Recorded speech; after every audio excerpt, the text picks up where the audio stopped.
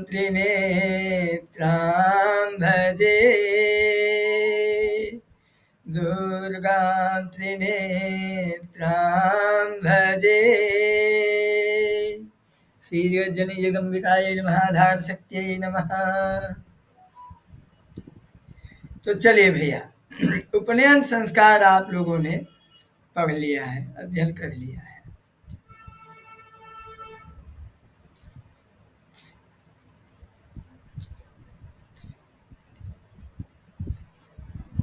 अब आप लोग जो है वेदारंभ संस्कार प्रारंभ करेंगे। अथ वेदारंभ। तो वेदारंभ के लिए पहले तो एक दो नियम है कि वेदारंभ जो है उपनयन के पश्चात ही होता है। ठीक है, वेदारंभ उपनयन संस्कार के पश्चात बाद ही होता है। ठीक है, ये देखिए वेदारंभ, इसका मतलब क्या होता है भैया, पहले हम इसको देख लेते हैं। तो भैया उपनयन संस्कार के ही दिन वेदारंभ संस्कार कर लेते हैं। वस्तुतः आज हमारे यहाँ सामान्य रूप से भाई सबके पास समय, धन इत्यादि सारी चीजों की सारी व्यवस्था को देखते हुए आज के समय में आप लोग जब उपनयन करवाने जाते हो तो एक ही दिन में 3 संस्कार करवाते हो, उपनयन, वेदारंभ और समावर्तन। एक ही दिन में तीनों संस्कार हो जाता है। लेकिन पहले ऐसा नहीं था। पहले क्या था, या तो उपनयन घर पे होता था और चले जाते थे गुरुकुल, तो वहाँ वेदारंभ होता था, और ज़्यादातर गुरुकुल में जाते थे वहीं उपनयन होता था और वहीं वेदारंभ हो जाता था। इसके बाद 8 वर्ष से 16 वर्ष तक, 18 वर्ष तक, 20 वर्ष तक, जब तक जो है वेद चले, अध्ययन चले, तब तक वेदारंभ, तब तक वो संस्कार होता था। जब विद्याध्ययन पूरा हो जाता था तो वेदाध्ययन पूरा होने के पश्चात समावर्तन संस्कार होता था। वही समावर्तन संस्कार करके लोग जो है अपने घर लौट आते थे और शादी विवाह करके गृहस्थ जीवन में प्रवेश करते थे। ऐसा ही होता था, है ना। आपको जो है जी देखिए राम भगवान का भी उपनयन इत्यादि हुआ, कृष्ण जी को उपनयन इत्यादि हुआ, है ना। आपने वो जो हम कथा सुनाते में 2 पंक्ति आती है, गुरु वशिष्ठ के गुरुकुल जाके, अल्प काल विद्या सब पाके, पूर्ण हुई शिक्षा रघुवर पूर्ण काम की। मतलब गुरु वशिष्ठ के गुरुकुल गए और वहाँ में भगवान श्री राम ने बहुत कम समय में ही अपनी सारी विद्याओं को उन्होंने पूरा कर लिया। कृष्ण जी भी गए, वहाँ भी उन्होंने अपनी विद्या को उन्होंने भी जल्दी ही पूरा किया। तो जब पूरी विद्या हो जाती है तो वहाँ से लौटते हैं तो समावर्तन। तो आज हम शुरू कर रहे हैं वेदारंभ। तो जैसा कि नाम से ही स्पष्ट है कि संस्कार में आचार्य जी के द्वारा उपनयन के पश्चात, क्योंकि जब उपनयन होगा गायत्री मिलेगी और यज्ञोपवीत धारण करोगे तभी आपका वेदारंभ हो जाएगा। तो आप लोग एक चीज और जानते होंगे कि जो ब्रह्मचारी जिस गुरुकुल में जाता है तो हर गुरुकुल का अपनी एक शाखा होती है, एक मुख्य शाखा होती है। जैसे कि चारों वेदों पर भाष्य लिखने वाले जो सायण महाराज थे, वो सायण महाराज किस वेद के थे या किस शाखा के थे? तो सायण महाराज जो है कृष्ण यजुर्वेद की तैत्तरीय शाखा से थे। तो वहाँ जब जाएंगे तो वो सबसे पहले अपनी शाखा का अध्ययन करेंगे। तो ब्रह्मचारी को आचार्य के द्वारा अपनी वेद शाखा का ज्ञान और मंत्रोपदेश कराया जाता है।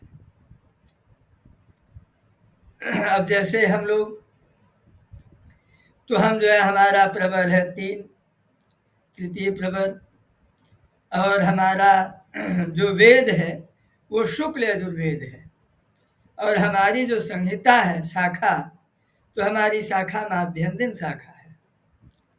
तो हमको जब जाएंगे गुरुकुल में तो हमको सबसे पहले उसका अध्ययन कराया जाएगा, ऐसे ही। ठीक है। तो आचार्य के द्वारा ब्रह्मचारी को अपनी वेद शाखा का ज्ञान और मंत्रोपदेश कराया जाता है। याज्ञवल्क्य स्मृति में बताया गया है कि आचार्य कुमार का उपनयन करके उसे महाव्याहृतियों के साथ वेद का अध्ययन कराए और शौचाचार की भी शिक्षा प्रदान करे। ये महाव्याहृतियां क्या है पता है ना आप लोगों को? कितनी महाव्याहृतियां हैं? आप में से जो लोग नए हैं वो लोग हैंड राइज करें, पुराने वाले लोग तो सब जानते हैं, पढ़े हैं। तो कितनी महाव्याहृतियां हैं कुल? हमको इसके बारे में नहीं पता। अच्छा जी, मिथिलेश मोदनवाल जी आपने हैंड राइज किया है, बताइए।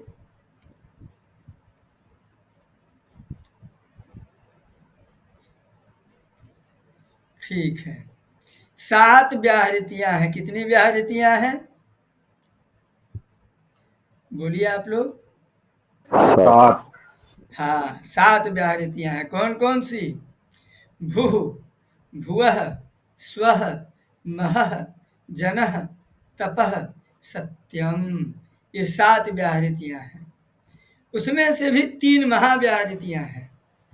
स्वः भुवः भूः, इसी को उल्टा करिए, भूर्भुवः स्वः। तो भूः भुवः स्वः महः जनः तपः सत्यम। देखिए, जब आप गायत्री मंत्र पढ़ते हो तो सबसे पहले ओम भूर्भुवः स्वः, तो भूर्भुवः वो संधि हो गई है इसलिए वहां पे र आ गया है, संधि हटा देंगे तो भूः भुवः स्वः। जब आप महामृत्युंजय पढ़ते हो तब भी आप ओम भूर्भुवः स्वः, है ना? इसके बाद आपको जितने भी वेद का अगर अध्ययन प्रारंभ करना चाहिए या कुछ भी इसीलिए देखिए पंडित जी लोग जब रुद्राष्टाध्यायी प्रारंभ करते हैं तो ओम भूर्भुवः स्वः, फिर ओम पंचम अध्याय शुरू करते तो ओम भूर्भुवः स्वः नमस्ते रुद्रमन्यवउतोतैखवे नमः, है ना? तो भूर्भुवः स्वः, ये जो भूर्भुवः भूः भुवः स्वः, ये 3 जो है महाव्याहृति है। क्या है? महाव्याहृति। ये याद रखिएगा आप लोग। अब इस वेदारंभ संस्कार में पंचभूत संस्कार के सहित अग्नि का स्थापन और हवन कर्म होता है।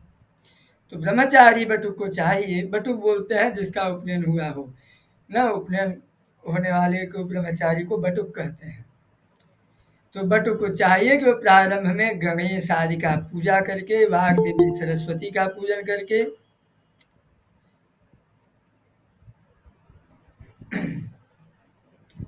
सरस्वती का पूजन करके जो है वह प्रारंभ करे।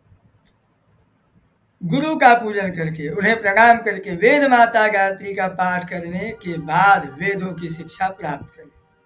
अब वेदों की शिक्षा में पाठ करते हैं सबसे पहले क्या भैया, जब वो प्रारंभ करे तो भी गायत्री से और अंतिम करे तो भी गायत्री से, और गायत्री का पाठ करके जब गुरु कहे ओम विरामोस्तु, विरामो अस्तु मतलब विराम कर लो भैया, तब गुरु के चरणों में प्रणाम करके विराम करे और अध्ययन का जो नियम है उस नियमों का भी ज्ञान प्राप्त करे, है ना? तो आइए, तो सबसे पहले अपनी वेद शाखा का सांगोपांग अध्ययन करने के बाद दूसरी शाखाओं का अध्ययन करें। इसीलिए सायण महाराज ने भी, सायण ने भी सबसे पहले तैत्तरीय संहिता पर ही उन्होंने भाष्य किया। ठीक है। तो आइए, वेदारंभ संस्कार प्रयोग। तो सबसे पहले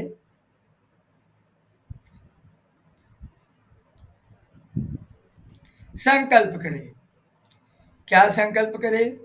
कि आज जो है, जो विशिष्ट जो शुभ मुहूर्त है, जो तिथि है उस गोत्र में, वो अब संकल्प जो है,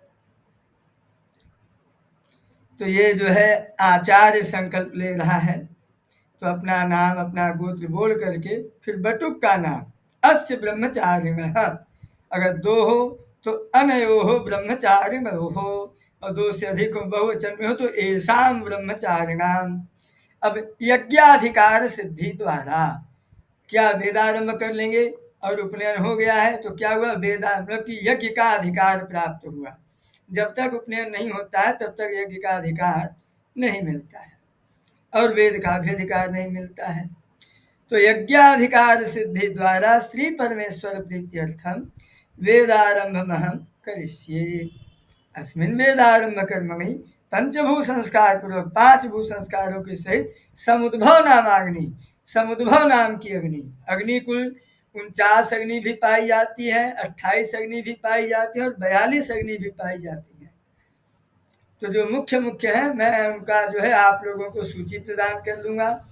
तो आप लोगों को याद रखना है कि उपनयन में कौन सी अग्नि रहनी चाहिए, वेदारंभ में कौन सी अग्नि रहनी चाहिए, विवाह में कौन सी अग्नि रहनी चाहिए, अंत्येष्टि संस्कार में कौन सी अग्नि रहनी चाहिए, किस अग्नि का, किस नाम की अग्नि का स्थापन करना चाहिए। तो वेदारंभ में कौन सा,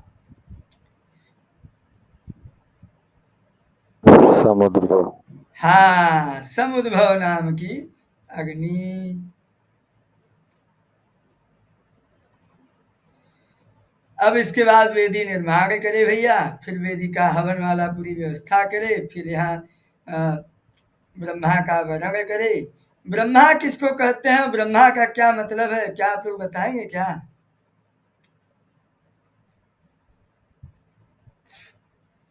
ये कुछ कंडिका करे। अच्छा, आप सभी पंडित जी लोग इस मंत्र से सबसे पहले हवन करवाते हैं कि नहीं करवाते? जी गुरुजी। तो इसको, इसका हवन कैसे करवाते हैं, क्या बोलते हैं, जरा हमको बोल के बताइए तो एक बार। गुरुजी जैसे ओम प्रजापतये स्वाहा बोल के वो जो घी। इदम प्रजापतये नमः, है ना? जी। यहाँ पे इस किताब में एक गलती है, बाकी अन्य पुस्तकों में मैं आपको दिखा दूंगा अगर आपको प्रमाण चाहिए होगा तो इस आहुति को, इसको बोलते हैं आघार होम। तो इस आहुति को मौन होकर के देना चाहिए। क्या मेरी बात से कोई है जो समर्थन करता है कि हाँ मौन होकर के दिया जाना चाहिए आहुति? सही बात है गुरुदेव। हाँ।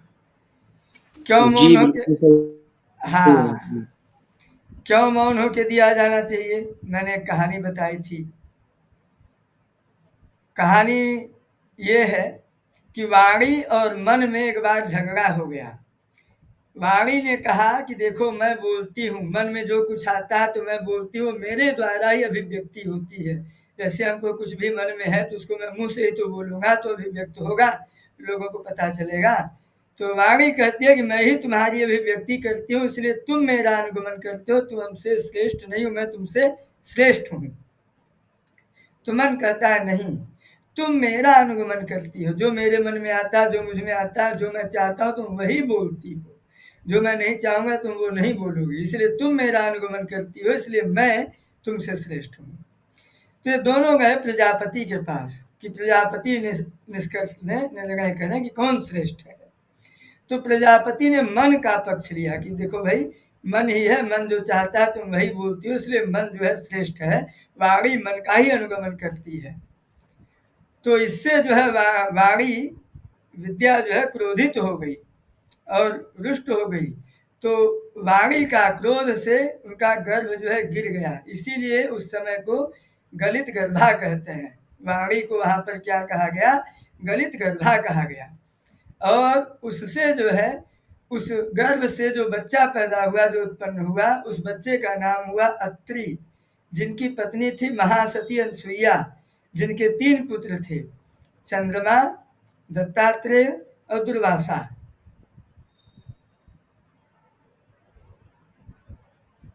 ठीक है।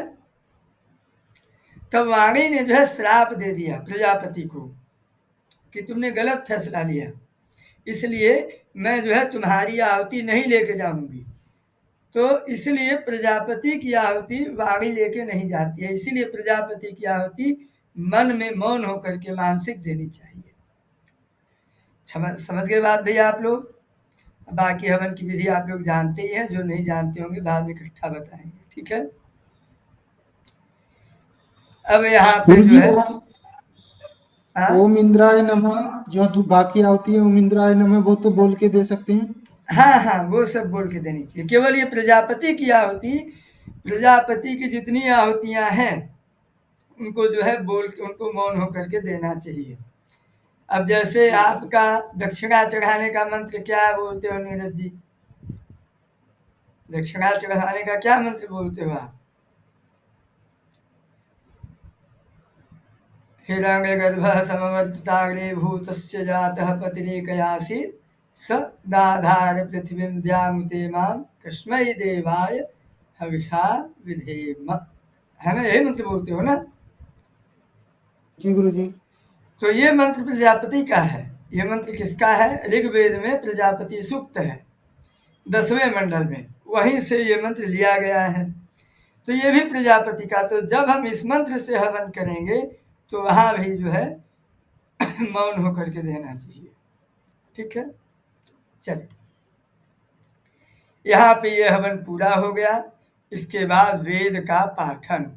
तो हवन गौरी गणेश कलश जो भी है वहाँ सरस्वती आचार्य सबका पूजन करके पहले संकल्प करके पहले हवन करेंगे। तो हवन करने के बाद जब हवन हो जाए तब वेद पाठ। तो बालक जो है हाथ में कुशा अक्षत जल लेकर के प्रतिज्ञा करे, संकल्प करे। क्या संकल्प करे? अद्य विशेषण विशिष्टायाम शुभ पुण्यतिथौ, आज का जो इत्यादि तिथि इत्यादि है। अमुक गोत्र अमुक शर्मा हम, मैं कश्यप गोत्र में उत्पन्न आचार्य विकेश शर्मा हम, मम ब्रह्म वर्चस सिद्ध्यर्थम, मेरे ब्रह्म वर्चस की सिद्धि हो, मेरा ब्रह्म वर्चस बढ़े, इसलिए वेदादि पूजनम करिष्ये, मैं वेद आदि का पूजन कर रहा हूँ या करूँगा, है ना?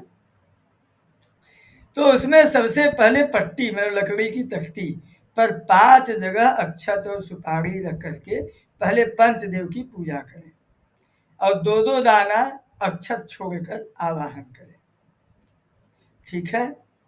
तो सबसे पहले वेद पुरुषम आवाहयामि, वेद पुरुष का वेद पुरुषाय नमः। फिर ओम विघ्नेश्वराय नमः, विघ्नेश्वरम आवाहयामि, गणेश जी का। फिर सरस्वत्यै नमः, सरस्वती आवाहयामि, सरस्वती का। फिर ओम विष्णवे नमः, विष्णु आवाहयामि, विष्णु का। फिर ओम लक्ष्मी नमः, लक्ष्मी का। इन 5 देवों का जो है पहले आवाहन करेंगे। फिर आवाहन का ये मंत्र है, इस मंत्र से आवाहन करेंगे। फिर यथाविधि पंचोपचार से या षोडशोपचार से पूजन करेंगे। मैं पिछली बार कक्षा में आप लोगों को उपचार के विषय में बताया था, है ना? तो उपचार कितने होते हैं आप लोग जानते हैं? जी गुरुजी प्रणाम। हाँ, प्रसन्न रहिए। कितने? गुरुजी पंचोपचार, दशोपचार, षोडशोपचार और राजोपचार। राजोपचार। और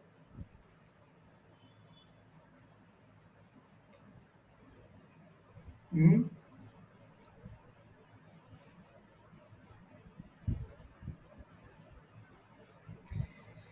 32 उपचार भी होते हैं भैया, 64 उपचार भी होते हैं, 108 उपचार भी होते हैं, है ना? कुल 300 कुछ करके इतने तक जो है कुल उपचार होते हैं। इसका पूरा डिटेल मैं आप लोगों को दे दूंगा, लेकिन मुख्य रूप से कौन से? मुख्य रूप से 5 उपचार होते हैं: पंचोपचार, दशोपचार, षोडशोपचार, राजोपचार और लोकोपचार। ये 5 उपचार प्रमुख हैं। इनमें एक एकोपचार भी है। एक जो है मानसिक पूजा, मानसिक पूजा का भी एक उपचार है। तो चलिए भैया देखिए, सबसे पहले मुख्य रूप से 6 उपचार हैं: पंचोपचार, दशोपचार, षोडशोपचार, अष्टादशोपचार 18 उपचार, फिर 36 उपचार, फिर 64 उपचार। ये 64 उपचार शिव शक्ति पूजा में विशेष है। ये 6 मुख्य है। इसके बाद है राजोपचार। तो राजोपचार में षोडशोपचार के अलावा छत्र, चामर, पादुका, दर्पण इत्यादि ये सब आ जाता है। ठीक है, इसका पूरा डिटेल अगर आप लोगों को चाहिए तो मैं आपको भेज दूंगा इसको। ठीक है, इसके लिए हम कुल 300 कुछ करके उपचार तक जाते हैं, लेकिन मुख्य जितना है मैंने आपको बता दिया। तो मुख्य रूप से जो प्रसिद्ध है पंचोपचार और षोडशोपचार, ये 2 प्रसिद्ध है। राजोपचार समय जुड़ा ही जाता है, लोकोपचार समय जुड़ा ही जाता है। जहाँ जैसा लोक होता है वहाँ वैसी पूजा करवाते हैं। आप लोग शादी वादी करवाने जाते होंगे तो शादी वादी में विधियाँ बदल जाती हैं। बिहार में जाएंगे तो वो कहेंगे भैया हमारे यहाँ ही नहीं होता है, हमारे यहाँ ही नहीं ऐसे होता है। तो यहाँ यूपी में आए कहेंगे भैया ये हमारे यहाँ ही नहीं ऐसे होता है। तो वो जो चीज़ है वो लोकोपचार का है। बात क्लियर? चलिए, अब जो है जब ये पंच देवताओं की पूजा उस पीढ़ी पे, पार्टी पे, लकड़ी की पटरी पे करने के बाद षोडशोपचार या जो भी हो उपचार से पूजन कर ले, फिर अनया पूजया प्रियंताम नमः। अब जो है आचार्य बालक को वेद मंत्र पढ़ावे। ठीक है,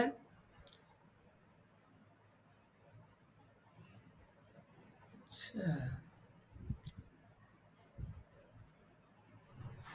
अब बालक को आचार्य के सामने पश्चिम मुख बैठा करके बालक द्वारा आचार्य का चरण स्पर्श करके विद्यारंभ शुरू करते हैं, पढ़ाते हैं।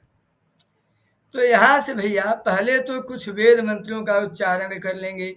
ये हो गया गायत्री मंत्र, ये हो गया जो है सविता का मंत्र, और ये है, ये भी ब्रह्म का मंत्र है ना। तो यहाँ पे आदित्य पुरुषः, तो यहाँ पे आदित्य को भी माना गया है। ठीक है, ये मंत्र देखिए, यहाँ का केवल ये लाइन एक जगह और मिलती है, लेकिन उस वहाँ पर ये दूसरी लाइन नहीं है, केवल ये पहली लाइन है। तो ये मंत्र में थोड़ा सा अंतर है। जब आप ईशावास्योपनिषद का 15वां श्लोक, नितेश जी, ईशावास्योपनिषद का जो 15वां मंत्र है वो यही है। ठीक है, लेकिन वहाँ पे दूसरी लाइन नहीं है। चलिए, फिर ये अब यहाँ पर जो है 4 वेद हैं हमारे, तो चारों वेदों का जो पहला मंत्र है वो मंत्र जो है बोलते हैं। तो यहाँ पे ये अग्निमीडे पुरोहितम यज्ञस्य देव मृत्युजम, ये जो है ये मंत्र ऋग्वेद का पहला मंत्र है, तो इस मंत्र को पढ़ाते हैं। ठीक है, इसके बाद यजुर्वेद के इस मंत्र को पढ़ाते हैं। पहले यजुर्वेद पढ़ाया, बाद में ऋग्वेद पढ़ाया। क्यों ऐसा जानते हैं? ऐसा इसलिए कि हमने पहले ही कहा कि आप जिस शाखा के हो तो पहले अपनी शाखा का सांगोपांग अध्ययन अध्यापन होना चाहिए, उसके बाद अन्य शाखाओं का। तो ये कर्म कांड, उपनयन, संस्कार इत्यादि यजुर्वेद की शाखा है, तो सबसे पहले यजुर्वेद का मंत्र पढ़ाया है, इति यजुर्वेद, है ना। समझ रहे हैं ना? जी जी गुरुजी। इसके बाद ऋग्वेद का मंत्र पढ़ाया, फिर सामवेद का ये पहला मंत्र जो है ये पढ़ाया, फिर अथर्ववेद का ये जो पहला मंत्र है ये पढ़ाया। इसके बाद शुरुआत में एक सुपारी घी लेकर खड़ा होकर के पूर्णाहुति देंगे, पूर्णाहुति दे करके भस्म लगा देंगे। इसके बाद दक्षिणा का संकल्प होगा आचार्य को। इसके बाद वेदारंभ विधे परिपूर्णता अस्तु, अस्तु परिपूर्णता, ओम शांति शांति शांति। अब बात करते हैं समावर्तन की, ये भी छोटा सा है। ठीक है,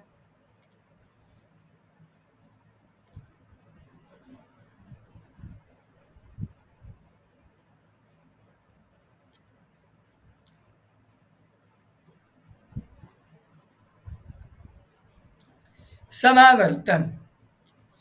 आजकल आप में से बहुत सारे लोग होंगे जो लोग यूनिवर्सिटी के सिस्टम को देखे होंगे, यूनिवर्सिटी के सिस्टम को समझे होंगे। तो यूनिवर्सिटी में एक जब आप अपनी पढ़ाई पूरी कर लेते हो तो आपको एक प्रोग्राम होता है जिसका नाम होता है कन्वोकेशन। होता है कि नहीं होता?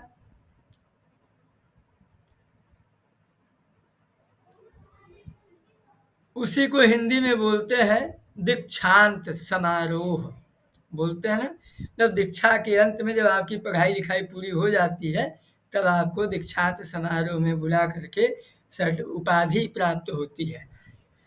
क्यों? यह आपने शास्त्री कर लिया, आपने आचार्य कर लिया और आपने जो है डॉक्टरेट कर लिया, फिर आपने पोस्ट डॉक्टरेट कर लिया, ऐसा ऐसा। तो ये वही व्यवस्था है, समावर्तन ही दीक्षांत है, कन्वोकेशन है। तो उपनयन संस्कार तो पहले क्या होता था, गुरुकुल से पूरी पढ़ाई करके जब लौटते थे तब ये समावर्तन होता था। वहीं गुरुकुल में समावर्तन करके तब घर आते थे। लेकिन अब क्या है कि एक ही दिन में तीनों संस्कार हो जाता है। अब क्या है, इसी में लोकोपचार भी है। वेदारंभ के बाद बटुक को बढ़िया नया नया कपड़ा, पैंट शर्ट जूता मोजा काजल छाता इत्यादि सब लगा करके वो जाएंगे पढ़ने के लिए काशी। तो लोकोपचार में मजे की बात यह है कि जब वो आप लोगों के यहाँ भी अगर होता होगा तो बताना आप लोग कि हाँ हमारे यहाँ भी होता है। मामा जी जाते हैं मनाने, जब वो काशी पढ़ने के लिए जाते हैं तो बीच में मामा जी जाकर के रोक लेते हैं, बेटा मत जाओ, है काशी मत जाओ। तो बोलते हैं कि क्या लोगे तुम, जो तुम कहोगे हम तुमको दिलाएंगे, मत जाओ। तो बच्चे जो है मांगते हैं, किसी ने मोबाइल मांगा, किसी ने चैन मांगा, किसी ने घड़ी मांगा, तो किसी ने जो है बाइक मांगा, किसी ने पैसा लेके काम चला दिया, किसी ने सोने की अंगूठी मांगी या कुछ नहीं मांगी। तो मामा जी पहले से व्यवस्था करके ले आए रहते हैं, कुछ अंगूठी उंगूठी हाथ में पहना देते हैं, रुपया पैसा हाथ में रख देते हैं और बोलते हैं कि काशी मत जाओ। तो बच्चे लोग मान जाते हैं और लौट के वापस चले आते हैं। है कि नहीं? ये होता है कि नहीं आप लोगों के यहाँ? जी गुरुजी, हमारे यहाँ होता है। हाँ। तो जो है उपनयन संस्कार के बाद ब्रह्मचारी जो है गुरुकुल में निवास करता है और वह वेदादि की शिक्षा प्राप्त करता है। इस संस्कार में उसकी विद्या समाप्ति होती है और मंत्राभिषेक पूर्वक गुरु की आज्ञा से स्नात होता है। क्या होता है? स्नात होता है, मतलब विद्या पूरी हो गई, ब्रह्मचर्य पूरा हो गया। तो ब्रह्मचर्य के समय में जो मेखला धारण किया जाता है, मेखला इत्यादि से तो आपका परिचय हो ही गया होगा पूर्व की कक्षाओं में, है तो वो मेखला इत्यादि का त्याग करना पड़ता है। और ब्रह्मचर्य जब तक वेदारंभ रहता है तब तक बाल नहीं कटवाते हैं, जटा बढ़ जाती है, दाढ़ी बढ़ जाती है, ब्रह्मचारी लगते हैं शकल से, है। गुरुजी मेखला के बारे में बता देते हैं। अच्छा, असल में जब उपनयन संस्कार होता है ना तो उपनयन संस्कार में गायत्री देने से पहले जब ब्रह्मचर्य धारण करवाते हैं तब आप लोग देखे होंगे मूंज की जो बाध होती है उस बाध का 3-3 लाइन का 2 ठो बनाते हैं, एक कमर में बांधते हैं, एक जनेऊ की तरफ बनाते हैं, उसको मेरू और मेखला बोलते हैं। ठीक है, याद आया? जी जी गुरुजी। हाँ। चलिए, तो जो जटा लोम इत्यादि बढ़ जाता है उसको कटवा करके, उसको छेदन करवा करके गृहस्थ के अनुसार, क्योंकि अब गृहस्थ धर्म में प्रवेश करेंगे, घर जाएंगे प्यारे लाल, शादी इत्यादि करेंगे, गृहस्थ धर्म में प्रवेश करेंगे, तो जो अभी तक जो ब्रह्मचर्य धारण किए हुए हैं उनको जो है उनको जटा लोम इत्यादि कटवाएंगे, मेरू मेखला का त्याग करेंगे, है ना। इसके बाद चंदन, ब्रह्मचारी की अवस्था में फूल माला पगड़ी वस्त्राभूषण अलंकार इत्यादि का वर्जित रहता है। तो ये सब करके चंदन फूल माला पगड़ी वस्त्राभूषण अलंकार इत्यादि का धारण होता है। ठीक है, जिन कर्मों का ब्रह्मचर्य के व्रत में निषेध था, निषेधादि का वर्णन था, उनका जो है अब यहाँ पर ग्रहण होगा। क्यों? क्योंकि अब जो है गृहस्थ धर्म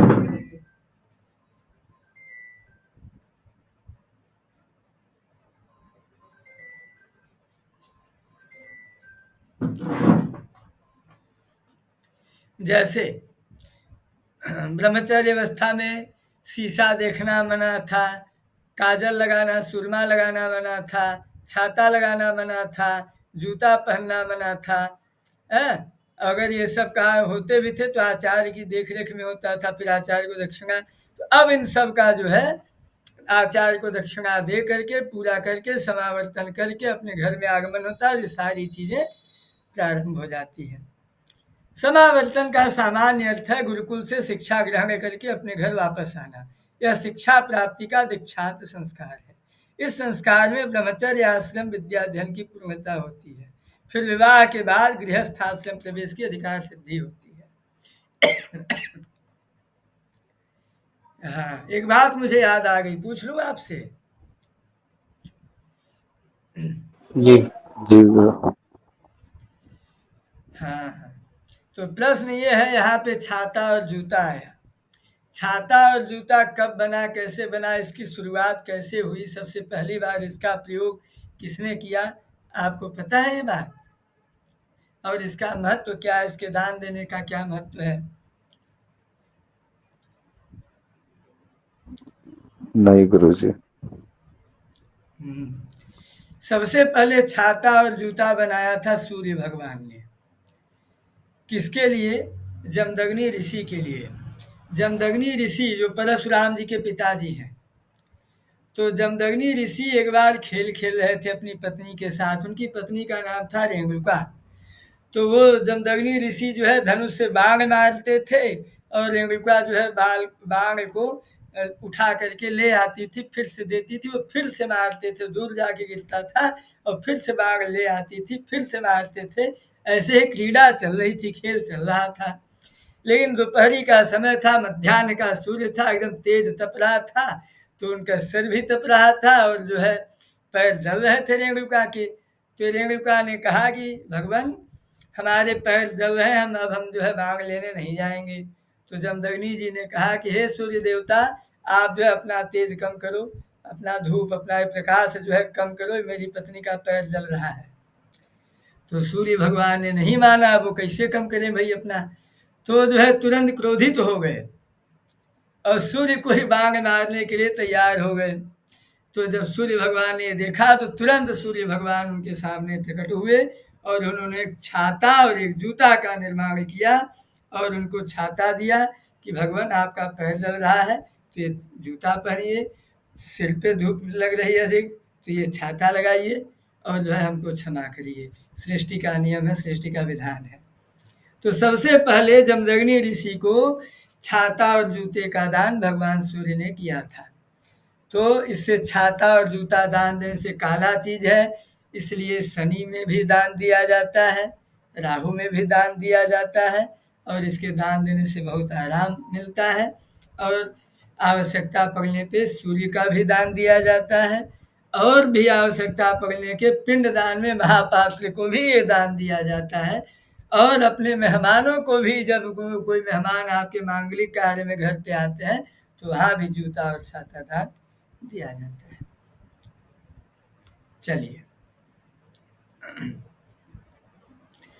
चलिए अब आगे चलते हैं भैया। तो ये जो समावर्तन संस्कार है, इस समावर्तन संस्कार में ब्रह्मचर्य आश्रम मतलब विद्याध्ययन की जो है पूर्णता होती है और विवाह के बाद गृहस्थ आश्रम प्रवेश की अधिकार सिद्धि होती है। वेद विद्या प्राप्त कर जब कर लेता है तो उसकी ब्रह्मचारी संज्ञा नहीं रहती, बल्कि अब वह स्नातक हो जाता है, मतलब विद्या रूपी प्रवाह में स्नान किया हुआ। इसीलिए आपकी जो ग्रेजुएशन की उपाधि है उसको कौन सी उपाधि बोलते हैं? स्नातक। और जो पोस्ट ग्रेजुएशन है पीजी, उसको बोलते हैं परास्नातक या स्नातकोत्तर। ठीक है, तो विद्या रूपी प्रवाह में स्नान किया हुआ कहलाता है। इसीलिए कहा गया है कि साक्षर कौन है? जो ग्रेजुएशन कर लिया है वो साक्षर है। ग्रेजुएशन के पहले वो साक्षर नहीं माना जाता। जब तक वो स्नातक नहीं होता तब तक विद्या रूपी प्रवाह में स्नान किया हुआ नहीं माना जाता, तब तक वो निरक्षर है। इसके बाद आचार्य को दक्षिणा रूप में यथाशक्ति धन दे करके संतान परंपरा की रक्षा के लिए स्नातक द्विज गृहस्थ आश्रम में प्रवेश करें, ऐसा याज्ञवल्क्य जी ने भी कहा है। और इसके बाद 1 या 2 वेद का अध्ययन करके अस्खलित मतलब जो ब्रह्मचारी सुलक्षणा स्त्री हो, है। अब वर्तमान समय में तो स्थिति विपरीत है, तो वह जो है ब्रह्मचारी सुलक्षणा स्त्री से विवाह करे, ठीक है। वेद विद्या प्राप्त है स्नातक, विद्या स्नातक कहलाता है।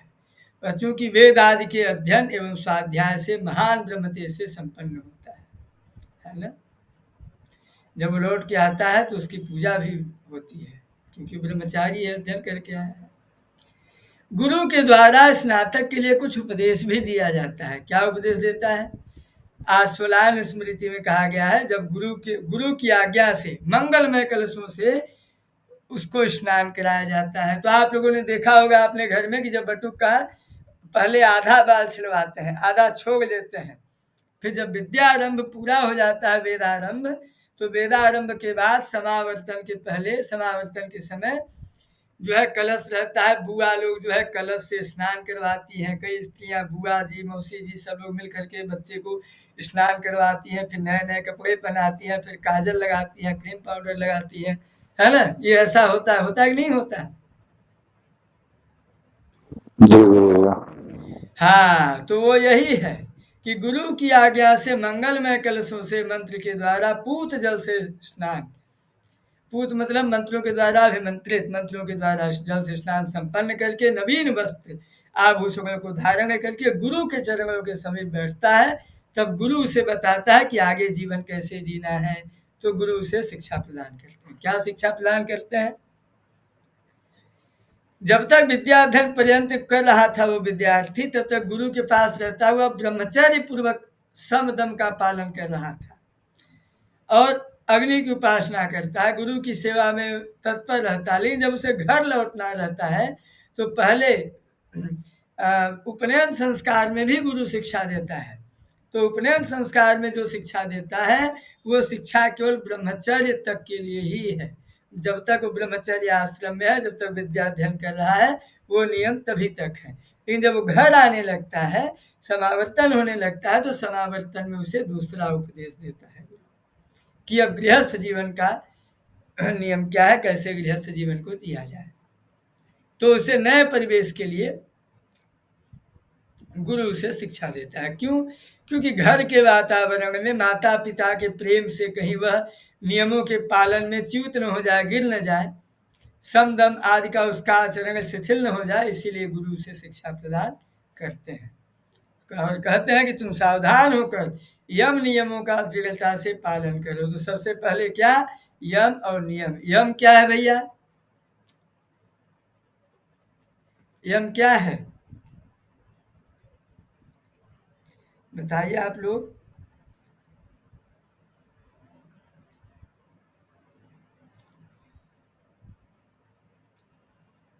नहीं बताएंगे?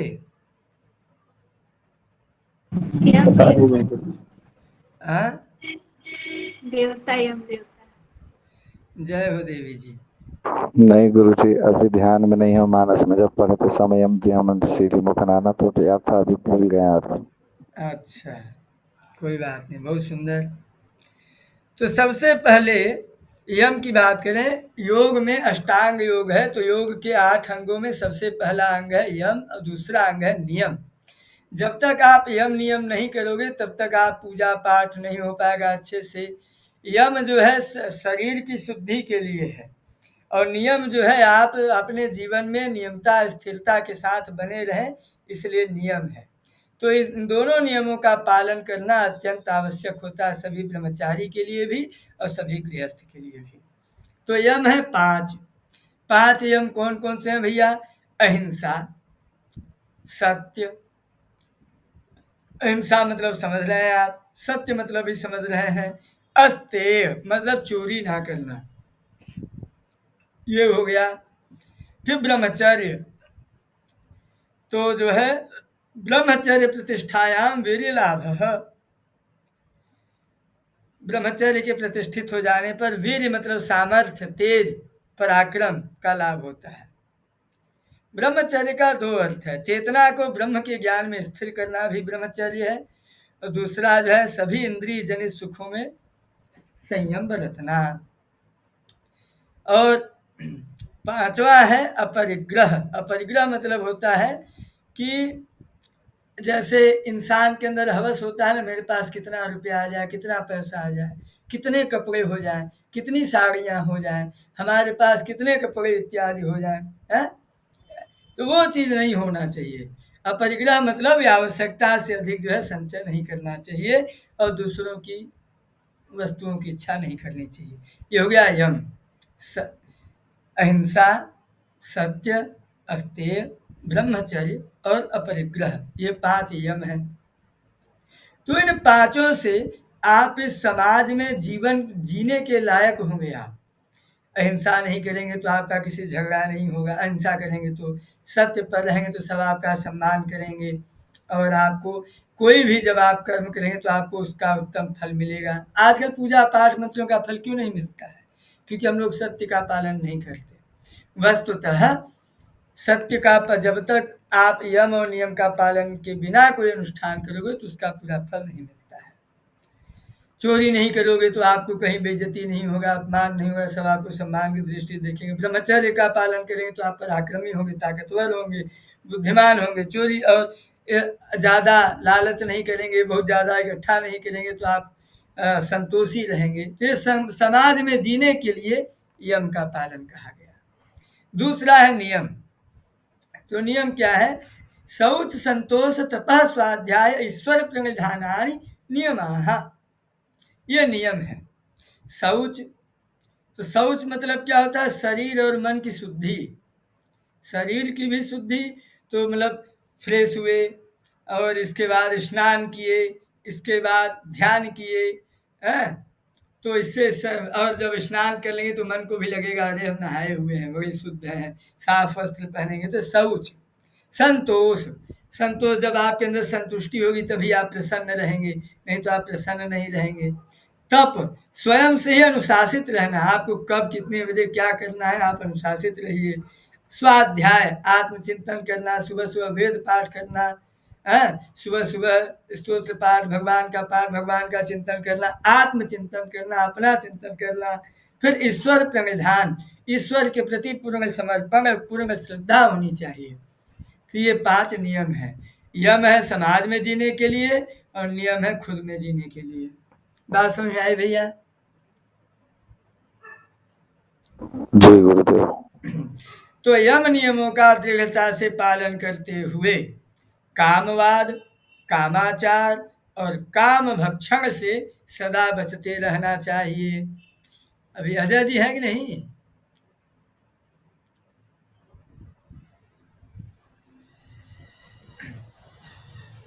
अजय जी होते तो ये भी पूछ लेते कि कामवाद, कामाचार और काम भक्षण क्या है।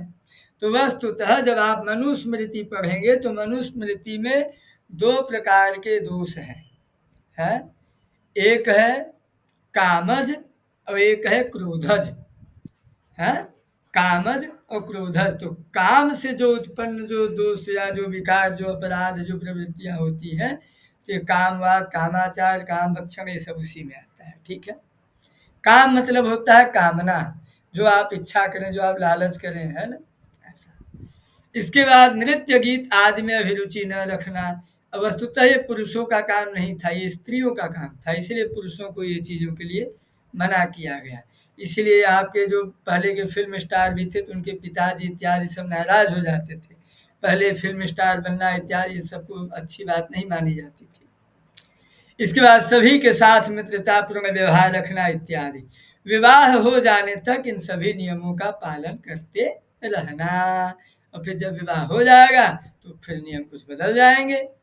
इसके बाद तैत्तरीयोपनिषद की शिक्षावली के 11वें अनुवाक में स्नातकों के लिए समावर्तन संस्कार के बाद गृहस्थ धर्म में प्रवेश करके कैसे रहना चाहिए, इसका बड़ा ही सुंदर उपदेश आया है। कहाँ? तैत्तरीयोपनिषद में। इन उपदेशों का पालन करने से स्नातक से गृहस्थ हुए व्यक्ति का जीवन पूर्ण सदाचार में, भगवत भक्ति में और आनंद में हो जाता है। वो उपदेश किस प्रकार का है?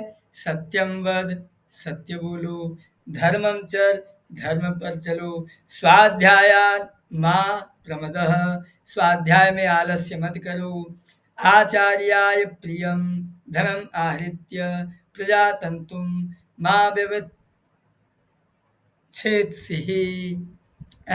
तो मतलब भैया आचार्य के लिए प्रिय करो, जो आचार्य हो गुरु हो उनके लिए प्रिय करो, उनके लिए धन लेकर के आओ, फिर प्रजातंत्र की भी व्यवस्था करो, मतलब गृहस्थ धर्म के जो पूरे पालन है, जब लोगों का सम्मान करते हुए क्या है ना, अभिवादनशीलस्य, ऐसा करके नित्यम वृद्धोपसेविनः, अभिवादनशील इत्यादि के साथ हमेशा जो है वृद्धों की सेवा इत्यादि करनी चाहिए। फिर प्रजातंत्र की भी व्यवस्था करनी चाहिए कि जो है वंश इत्यादि भी चले।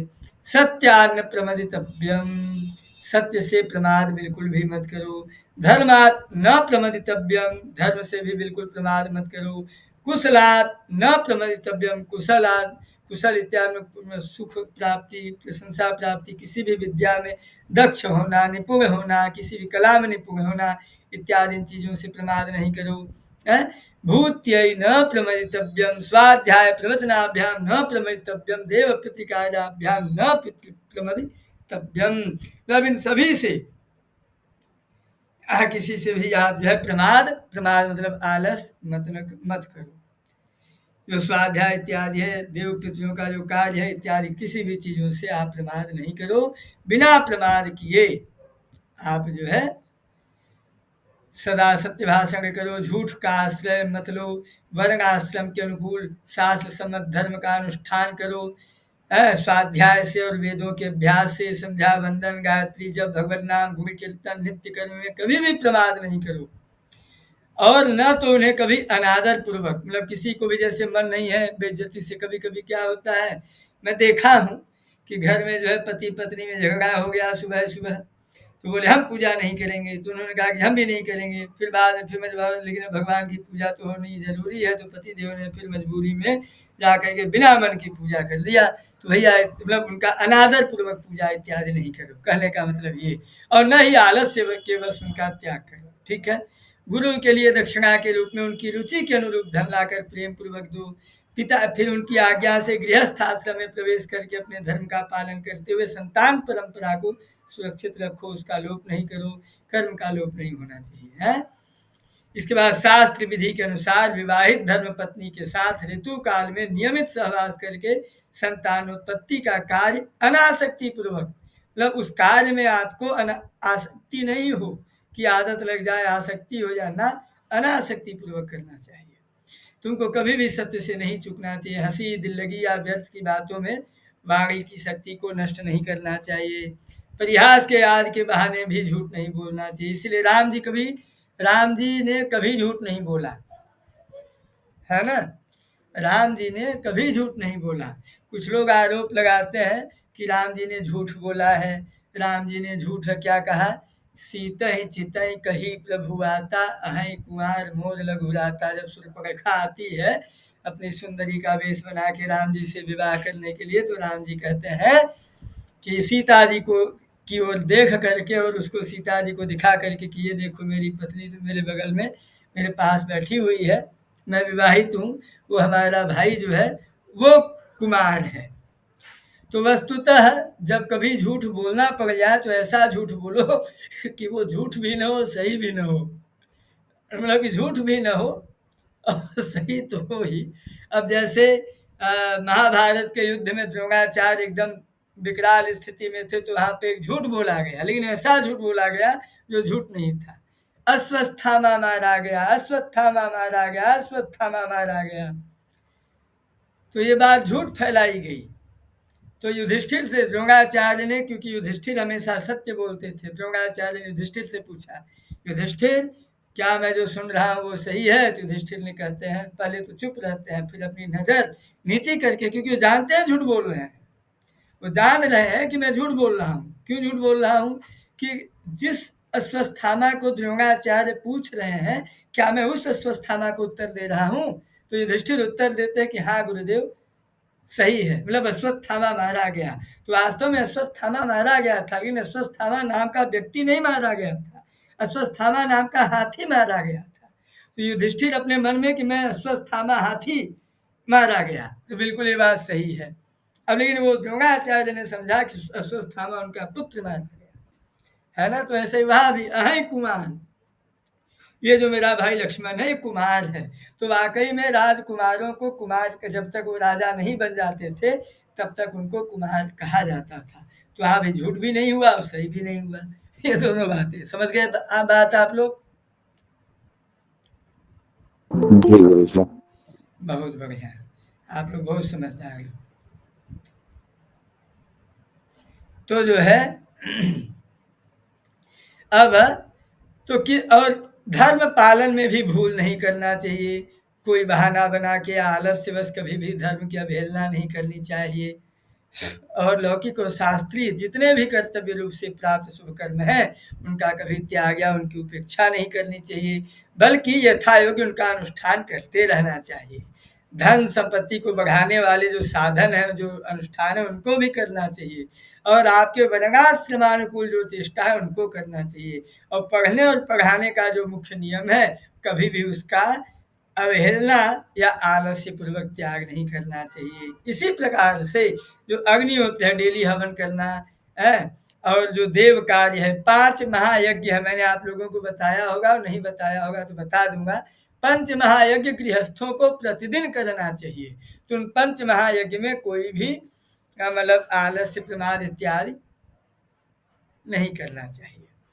ये अगर देव यज्ञ, पितृयज्ञ, ब्रह्म यज्ञ, भूत यज्ञ, नृ यज्ञ, ये 5 पंच महायज्ञ हैं, ठीक है। इसके बाद माता पिता श्राद्ध तर्पण इत्यादि, किसी भी कार्य में श्राद्ध तर्पण इत्यादि भी समय से करें और श्रद्धा के साथ करें। मातृदेवो भव, पितृदेवो भव, आचार्य देवो भव, अतिथि देवो भव, यान्य नवद्यानि कर्माणि तानि सेवितव्यानि नो इतराणि यान्यस्माकं सुचरितानि तानि त्वयोपास्यानि नो इतराणि, ये सारे उपदेश जो है दिए गए हैं, ठीक है। माता पिता गुरु को देवता पूर्वक, भगवान पूर्वक मानो इत्यादि, ऐसा जो है उपदेश दे देते हैं। और आपकी कक्षा का समय लगभग संपूर्ण हो गया है। तो ये जो है, ये समावर्तन संस्कार में ये आपका संकल्प हुआ, और संकल्प का सारी विधि हवन हुआ, और हवन के बाद